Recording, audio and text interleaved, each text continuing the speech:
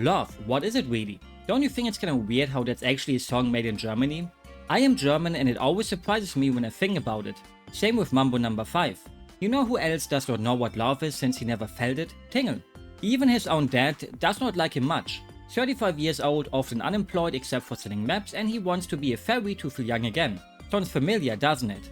You can only love him, and I will never understand how there's people out there who would hate this lovely little handsome guy. I wish I had a best friend like him. Or have him as my boyfriend. Sadly, I'm straight and a guy. It's a bit crazy to think that Nintendo were like, you know what, we need to make games with Tingle. And I love how it worked out, even if the games didn't sell well, with this one never even being released outside of Japan. I have played the previous Tingle game too, but fell off of it because it was kinda tedious, and back then I also hated emulating the S games. This one was way easier to play since, well, it's a point and click adventure. All you need to do is click and point around for the most part. This is the part also where I tell you that we Germans don't say stuff like platformer, but instead we call them jumpin' ones unironically. Every time I call them jumpin' ones, people go, what? That's a platformer. And then they laugh at me. Why is a jumpin' one not okay, but point and click adventure is suddenly fine? Why does that work but not jumpin' one? You do jumpin' oneing. It was developed by Vanpool, who were one of the 3 follow-up companies after Luv-De-Lic went kaboom. They made Moon, and without Moon there would be no Undertale. For many people that would be a great world, so maybe I shouldn't say that they're kinda responsible for it existing. So ignore that I mentioned it, because today it's all about Tingle. It's important to mention though that they plan to make a Tingle horror game, which sadly never saw the light of day. Probably wasn't even in real production yet when they shelved it, but it's my biggest I wanted cancelled game. Their games are what would encapsulate the feeling of Oni in Japan from back in the day. But not in a bad way like those old X-Play videos where they say Japan needs another nuke dropped on them for creating button kaitos, but more in the way of that's what we love video games for. No other country could give you those kind of experiences during those early console generations. I often see people nowadays saying it has some racist undertones, and that can be true when people say it in a negative way, but I think of it as more of a compliment. One of my favorite games ever is Guitar Man, and it's not a lie to say that only Japan could have created that game. It has the perfect Japanese humor, style and fun that made me fall in love with weird quirky games from over there. Playing this made me feel the same love again. It's a match made in heaven. Insert a smart pun about the meaning of Nintendo's name meaning here, but I'm not smart enough to do it. They were the only people who could do Tingle justice with their approach to games because they understood what makes Tingle, Tingle. His weirdness, but not in a totally mean way. If you ever played one of their games, you most likely have fallen in love with their dialogue. For me, Chibi Robo, this and even the ultra quirky Captain Rainbow are some of the best written games ever made. Not because they tell such a deep and thought-provoking story, but because you want to fuck the dialogue. You want a girlfriend or boyfriend who talks to you like their characters do. They often feel out there, yet also so humane. Not a single line of dialogue is wasted. Often you play games where characters keep on yapping like your mom who tells you to get a job, over and over. What can I do? I say, yes, I'm trying to get a job. But then she keeps telling me I should get a job. What now? I already said I'm doing it. I hate those kind of conversations where you already got the point of it, but it keeps going on and on. Here, you never feel that. You often want characters to talk more. Every line carries a meaning. May it be a funny one, an interesting outlook on life, or just something random, they always hit. You won't get tired of it. You will read every sentence with the love that the developers intended you to feel.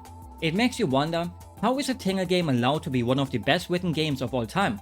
Sadly, they kinda suck at the gameplay part of video games often, and soon you may see why. First, the intro. Every anime has one, right? Anime nowadays also sees a lot of isekai. And this game is one too, but fear not, many things in life were, and are.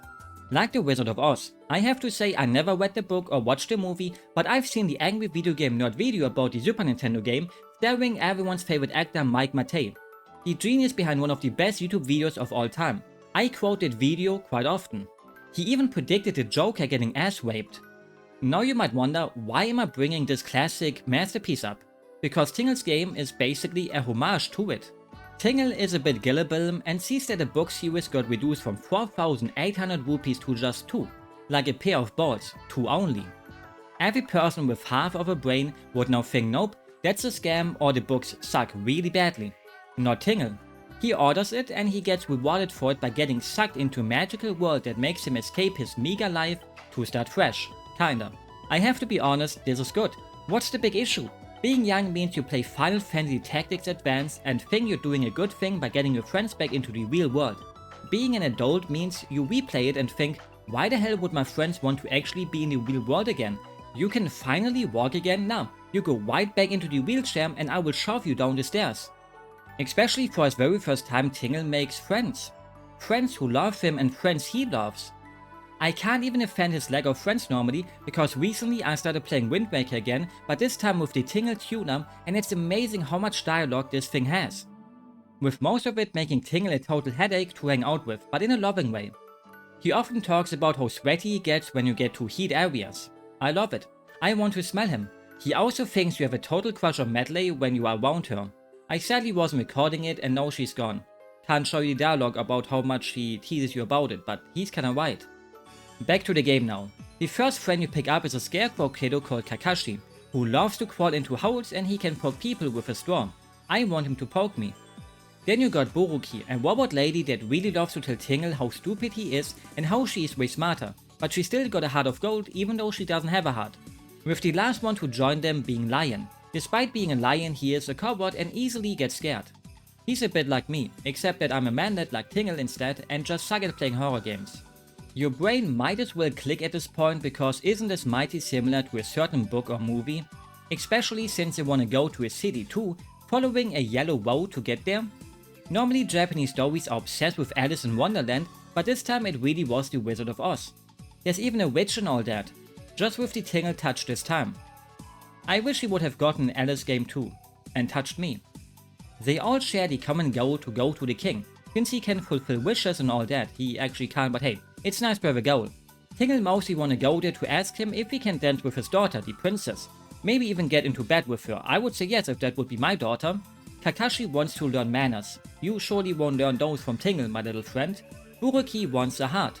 And Lion wants to be a real man who doesn't run away from every single little scary thing. Will they be able to get what they want like me when I was a good boy for Christmas? That's the general outline, like the bulge in Tingle's tights and boxers of the story, but I will talk more about the story later. It's time for the game itself first. It's up to your stylus or awesome mouse to now make Tingle find the love of his life. Maybe the shy sensei? I'm a weeb, yes, but that's your name. I'm not calling her my teacher, I'm not being that kind of weeb, even though I am most of the time. The princess herself? Or will you pick my favorite girl, the train autist? Or just pick Granny if you want to be a performative horny person who can't shut up about how much better really out women are, or goth mommies or muscle mommies or any of those other modern respectable fetishes that too many people nowadays worship. So throughout their quest, Tingle and his friends get into trouble here and there, because what do you do when the yellow road stops and now the tracks are yellow? Exactly, you find a train that looks like Tingle himself. I would love to get onto the Tingle Express. First you have to find all the cylinder people thingies that make it work. And they do make you work for them.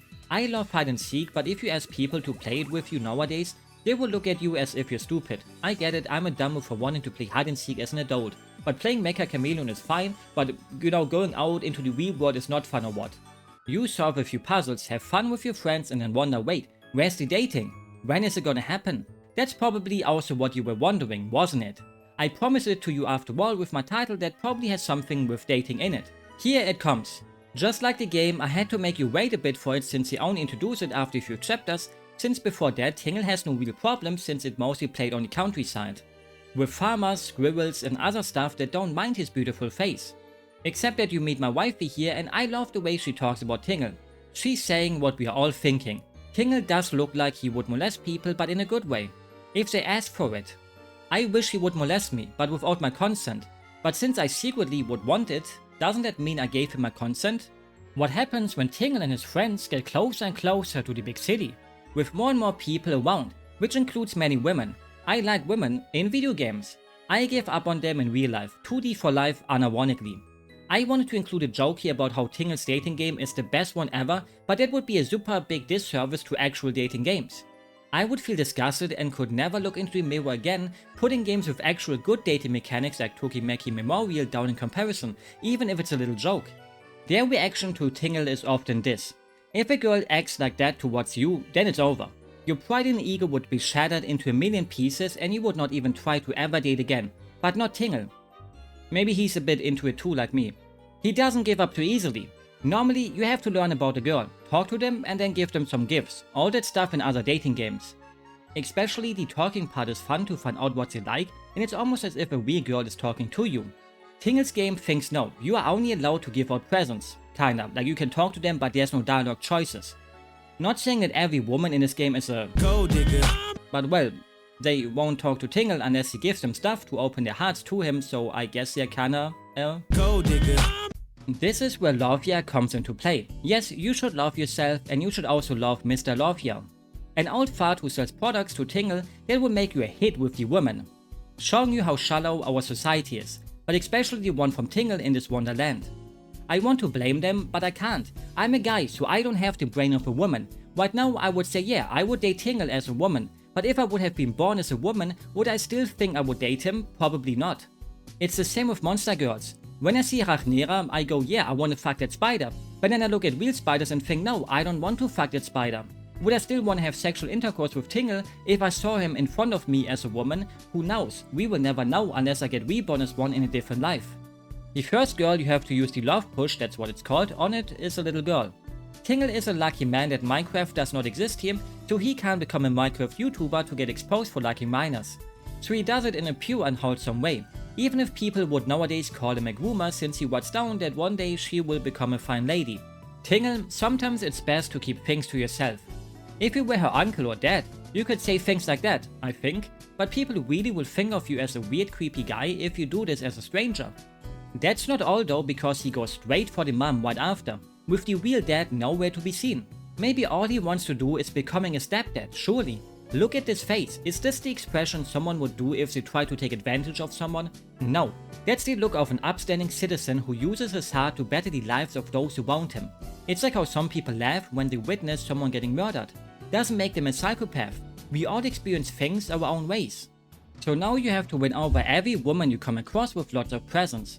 Sometimes the game gives you little hints through their dialogue, sometimes it does not, so you have to find out how painful it can be to spend a lot of cash on presents that they hate so much that they lose love for Tingle. And other times it's extremely obvious what they will like. I wonder if a snobby rich lady wants a rarity item, surely not. And the somewhat robust women surely don't love food too much, right? A circle means they love it, when nothing appears they're neutral, and an X means they hate it. You gotta puzzle around a bit to see what is what though. It doesn't tell you which symbol belong to what group of items, so be smart about it and test the waters. You wanna get items that score 3 whole circles to make you think damn, I know women so well. I actually do. Looks can be deceiving though, so watch out. You know what else you have to look out for in life? Bad things. We all have a few of those, just like Tingle's dating game. Point and click adventures are sometimes known for their puzzles that make players think no way in hell. No, I refuse to accept that this is the solution for it. Combine a cat with a dog to get like a newborn cat dog out of them, so now you can enter the weird pet store. Stuff like that. Mind-boggling things that maybe made you buy a guide before the internet became big. Here at first everything feels nice and fun. You don't have to break your little brain, but at points it's required to actually use it. Like having to place all the cylinder friends into the correct place. They give you little hints like hey, I want to sit next to the hot babe one, or having to collect dynamite to make a tunnel go kaboom where you have to change the lanes. Simple stuff that is actually pretty damn fun to solve. Eventually Tingle does fall into the earlier category that I mentioned where I thought you're messing with me, and introduce many other problems with the game itself. After all, it's a Vanpool, Skip, Onion games and whatever they're gonna call the next company game. They always have sections that make you think, why did you fellas do it this way, to make the player suffer? If you ever played Tulip without a guide, then I will call you a big fat liar. You should be living in Liar Village. A place in a game where people lie, even though they mostly just talk the other way around. It's a lie, but not a total lie, you baka. I don't want to go out with you. You know, they're basically thunderous in a certain way. With the chapter called I'm afraid to even say it out loud, get a job, things start to be a bit why? Why oh why? All of the things that are bad started showing in this one. Here Tingle needs to show proof that he has a job, otherwise he won't get a passport. A bit messed up. Imagine you want to get a job but you need a passport for it. How do you get one then? Hopefully you won't try to make a fake one. Tingle is an upstanding citizen, even if everyone thinks he would be a scammer or molester or anything else. He would never do such a thing, so you have to get, well, a job. Everything is fine, a few simple puzzles that get your brain going but nothing mind-blowing out of the ordinary. Till you have to find something to splash water on. So you get water out of the ocean and no wonder, where do I splash it on? onto something that did not exist before. It only shows up when you accept the quest, but it's such a random detail you won't have saved it in your brain. It's too out there in my opinion, so I wandered around and here it is. Back where you get the water. Can you tell me what looks weird on this screen? Yes, there's cracks on the cement now that look like a whoopee. When you know you have to look here, it eventually clicks, but the game does not tell you where to look, so I endlessly walked around the train station. I had to look it up in a guide. It's weird because another puzzle in the same section is having to find the weird things they have changed. Some you can notice almost right off the bat, but then you have them turning this guy half naked suddenly, which takes you a while to notice because he only does it when he turns around. Here you do it in such an obvious way, but the other time you try to trick the player, nicely done. Luckily, this is the worst example in the game, at least in the main story. Many of these side quests can also involve a lot of going back and forth without really knowing what to do, so you stumble upon the solution on accident, which is not that fun. But the turtle wasn't the only bad thing that got revealed here about the game, no. Here for the first time I also felt the game was fucking with me. They always have those ultra obvious flaws that make you think, they did this on purpose, right? Why are you guys making your games worse on purpose? Because they can. I don't think they didn't realize how much groaning and moaning, not in a good way, you will be doing when you get to this point. Maybe you are a grinder who loves to grind. I like to grind on certain things. There are no ways to make cash here except for clicking onto random objects, and even then you might not have enough money to buy presents for the lovely ladies. That happened to me. I still had enough presents to seduce the lady walking here, but the funny thing is, she loves food. People will tell you, yep, she loves food, just get her food. But when you get to Luv-De in this chapter, he does not sell food items, very funny, you got me. In some other chapters, Luv-De doesn't even show up, so you always have to travel back to the chapter just to buy shit. The traveling is done by the thing Tingle is known for, his balloon. That you eventually unlock, and it's basically a time travel device, so you can visit earlier chapters to do side quests, buy items that you can't get anywhere else, do mini jobs or the dungeons again, and so on. Going back to an earlier chapter isn't bad because they always had a cutoff point. The main story here is done, you don't have to replay anything in them to get to where you want to be. But when you travel back to the current chapter you are on, you have to replay everything up to the point of you having used the balloon. I thought they were pranking me, this can't be real. I was forced to travel back to make money in the dungeon because this area did not give me enough money to buy presents for the first lady that also wants level 2 items, so it's even more expensive. Making this old scamming granny fall for Tingle is required to beat the chapter. Maybe it's on me for not having enough cash on hand, just like in real life, I'm a poor guy, in multiple ways. Why can't the balloon just make you go back to where you were in the current chapter? Why do I have to redo everything if I want to go back? It's probably to prevent some kind of soft locking when using it in a position where it messes up shit, but I don't know, they could have found a better way, probably. At least on an emulator I can fast forward the animations and everything, so it's not too bad, but imagine playing this on a real DS and you have to do a bunch of stuff twice. The good thing is the world does remember the girls that love Tingle, so you don't have to seduce them twice. Otherwise I would have cried. But puzzles and cutscenes and all that have to be redone. And this was kinda the longest puzzle related questline, so my tip would be to go check out earlier pages, mostly when you just started a new chapter. It's not like they take forever since they also split up, but still. Another tip is you should really go back to earlier chapters since they sometimes open up new places where you now can get new dungeons for the dungeon, the main money making system of the game. Sure, you can go walk around with a dog to earn cash, or have a fun little Mario Bros 2 reference minigame when pulling things out of your butt, but the dungeon is where the money is made. There's a whole bunch of cartridges you can find, and if you bring them to the dungeon bros you can play a dungeon. Some of them easier, some of them harder. They're basically all the same, but just with a fresh coat of paint and different salaries. You just push Tingle through the screensaver we all loved as a kid, and if you bonk into an enemy that sometimes have too much butt hair, you get to play rock paper scissors. If you win, you get time. If you lose way more time than you win. Your goal is reaching the exit on the 3rd floor, and on the way you can pick up clocks or coins, or even double coins. When you collect coins, you also roll the roulette that can give you more time, more coins, or nothing. I love gambling. On every floor you can collect all coins twice, because there's new ones spawning once we have cleared the first batch. You should do that for the extra cash. It's also the only time where you can use the D-pad if you desire to. I never tried it out though, mostly because I was too lazy to grab my controller for just a tiny bit. I was allowed to be lazy since I roleplayed as Tingle, and Tingle is pretty damn lazy. Now is the time where I have my free time to talk about the game in any way I want and how much I fell in love with it. Just like any of the other games, it either shoots an arrow right into your heart or just into your knee and you will end up hating it.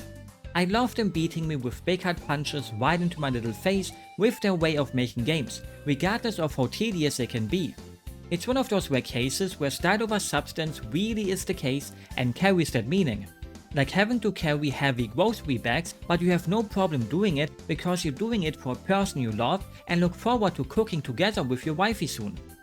That's their games for me, that comfy feeling of them. I can forgive the annoying parts because I love them. Isn't that what love is about? I was already biased right from the start since I'm a diehard Tingle fan, so it took me so long to finally play the game, shame on me. I love stupid characters that you look at and think, why do you exist? It's what modern Zelda is missing for me. I once made a whole video about it. They often had weird little fellas and ladies that you will always remember for the weirdness and the cuteness it brings. I look at Tingle and get happy. He should make everyone happy instead of somehow making people mad and angry at him. I don't want ugly people in my games, I want ugly freaks that stand out.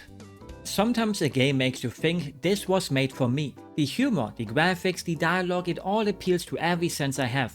I would even love to smell Tingle's unwashed boxers and do the laundry for him because he probably doesn't even know how to use a washing machine. I don't give ratings out anyways, but you can plaster a rating onto a game like this. People who only play or chase after high ranked things will never truly understand art. Obviously you have already seen the graphics of the game throughout the video, I think. Maybe you just put the video into the background, which would make me sad, and Tingle too. It's fine to make me sad, but Tingle, unacceptable. Unless you're blind, then I forgive you. And have seen how amazing it looks. With a game like this you might think they would cheapen out and only give it their half best, but they gave it their all. I'm just amazed we actually got two pretty beefy Tingle games, and then also a balloon fight kinda game. I cry myself to sleep every night that this Tingle offense sadly didn't quite work out. Nintendo should do it again. Nowadays people will understand Tingle, I swear. No, they actually wouldn't. Every sprite gets so much love for its animations. The expressions, you just love to see them move around your screen and see how they react to things. It's what makes you keep going in a way. You will see the animations a lot after all when you request your friends to do things or have Tingle act like a fool when just clicking onto random things. It eases the a bit more tedious parts because you want to see what is gonna happen or where you are gonna go next, even if some animations take too long. Having to see Tingle blow up his balloon does make you think, come on, you have done that a whole bunch of times already, can't you be any faster? But remember, he is an overweight manlet. They take their sweet time with things. It says a lot when charming dialogue, characters and everything but the gameplay can make you look past the groaning and moaning, not in a good way, you will be doing, especially nowadays as an adult that gets harder and harder. I feel myself growing impatient when games just have too much of that overly outwritten dialogue, hello to many JRPGs, but especially every Team Asano game. I wanted to whip out every single one of my eyebrows with a nail clipper when reading the dialogue in their games like Octopath Traveler 1, and sadly I gave the second one a try too, but now I gave up on their games. Their dialogue and stories want to be like Final Fantasy Tactics so badly, but are like a toddler in comparison. But I also hate it when they just drop one-liners left and right that just feel too tryhard or too boring, hello to the Star Fox remake. I keep bringing up how much I love the dialogue here without showing any particular scenes where it really shines because it shines through all of it, even the normal parts. It's really hard to put into words. It's like finding your soulmate that you can talk about video games with for hours. You never want to stop because it's so pleasant to read and think about it. Normally dialogue that feels a bit self-depreciating can get very annoying looking at games like Bubsy 4D, but whenever someone makes fun of Tingle here, you will still see the love they have for him. And Tingle gets insulted a lot. Sometimes a long-running gag will eventually make you hate it for whenever it comes up, but here you will still smile because they found a new way to insult him without being too mean. I would have loved it if they gave Tingle also some way of talking, but he's silent, and the look on his face is often enough to tell what he would say anyways. He really is just like his hero Link here. I sound like a Tingle otaku, and maybe I am one. One of the funniest characters in the game is also one. Not for Tingle, but for the princess. Yes, he may be a bit of a creep and stalks the princess through his telescope, but that hits me right into my love for the trope. I love these ugly fellas who are perverted and should be hated, but they just belong in anime for me. I love his desire to also turn Tingle into a princess otaku and his name being Sigma Jet. He sure is a Sigma. He somehow becomes even more funny when you realize he's actually the son of the grandma and grandpa that took Tingle in, for a reason. The side quests really do add a bit of lore to certain parts of the game, so I would recommend doing them, if you want to. I'm not forcing you, you can do your own things, Babaka. It's a game that makes me want to boomer post. I want to say they just don't make them how they used to. Except that they do, since Onion Games recently released Stray Children and it has the same problems like always. Charming everything, but gameplay that makes you want to bash your head into your keyboard. In comparison to Tingle's game that will just mindly annoy you here and there. Stray Children push me to my limits at times. There's also Korobo that's being made by a bunch of people that worked on Chibi-Wowo back in the day, but well, I don't want to be mean since it's not a big team and doesn't have a big budget, but it's missing all the charm so far. Hopefully this will age like shit and it will become an amazing game. But in general, Tingle's dating game makes me long for the creakiness of Japanese games again that over the years have become less and less. It's like when Netflix advertises their Castlevania or Devil May Cry shit as anime, even if it's not anime. That stuff is not anime. To a certain degree, I'm happy of how much an appeal killer Tingle is. Nobody would ever come into the Tingle fandom and go, hey, you gotta change this little freak to appeal to me, since you have to like Tingle the way he is. Good thing I don't care about fandoms anyways. Maybe I would if a Tingle fandom would exist.